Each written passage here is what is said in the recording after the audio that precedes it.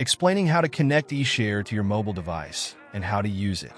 First, install the EShare app on your mobile device and ensure that both the IWB and the mobile device are connected to the same network. Then open the app and select the IWB you want to connect to.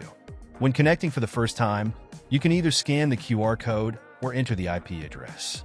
Once connected, you can use your mobile device as a remote control, in addition to utilizing the share screen and TV mirror functions. First, the share screen function projects the screen of your mobile device onto the large IWB screen. Both vertical and horizontal displays are supported. You can also adjust the volume of the projected video. Next is the TV mirror function.